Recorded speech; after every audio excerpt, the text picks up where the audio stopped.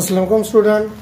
आज मैं मुझे उम्मीद है कि आप सब लोग ठीक होंगे। आज मैं आपके लिए नया क्वेश्चन लेके हाजिर हुआ हूँ। आज हमने इस इक्वेशन को हल करना है। 9 की पावर x माइनस 3 की पावर x इक्वल टू 72। इसको आज हमने हल करना है। तो 9 जो है आपको पता है कि 3 का स्क्वायर होता है। 3 का स्क्वायर उसकी पावर x माइनस 3 की पावर x इक्वल टू 72। जैसा कि पिछली वीडियो में मैंने आपको बताया है कि एक्सपोनेंशियल का जो फार्मूला है 1 पावर m ये इक्वल होता है बच्चों m n के। ये पावर इनसाइड हो या आउटसाइड हो उससे कोई फ़र्क नहीं पड़ता।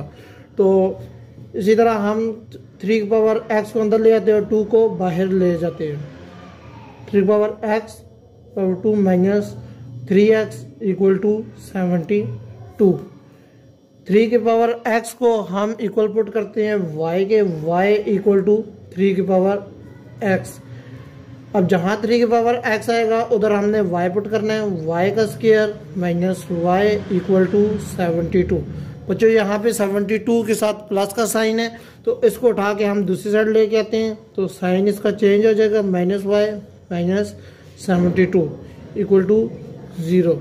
इसकी फैक्टराइजेशन करनी है हमने। Minus 9y plus 8y minus 72।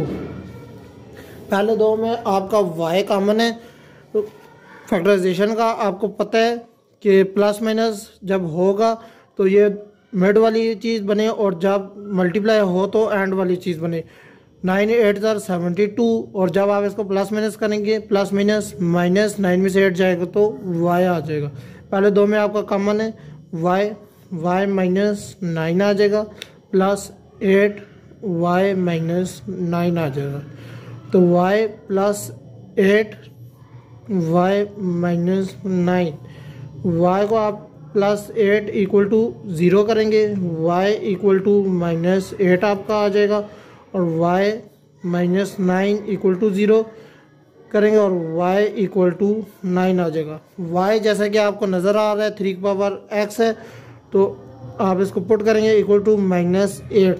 बच्चों हमारे पास 8 के 3 का स्क्वायर नहीं बनता ना क्यूब बनता है तो ये चीज़ हमारी यहाँ पे हल नहीं हो सकती। और इसी तरह हम इस पे वैल्यू पुट करेंगे y इक्वल टू 3 की पावर x इक्वल टू 9। 3 की पावर x ये 9 जो है वो 3 का स्क्वायर बनेगा। 3 का स्क्वायर जब बेस बच्चों सेम होती है तो उसकी पावर आपस में इक्वल हो जाती है x इक्वल टू 2। तो इसका सोल्यूशन सेट जो हमारे पास आया है x इक्वल टू 2। तो उम्मीद है कि आप लोगों को ये क्वेश्चन समझ आई होगी। मिलते हैं अगली वीडियो में, तब तक के लिए अल्लाह हाफिज़।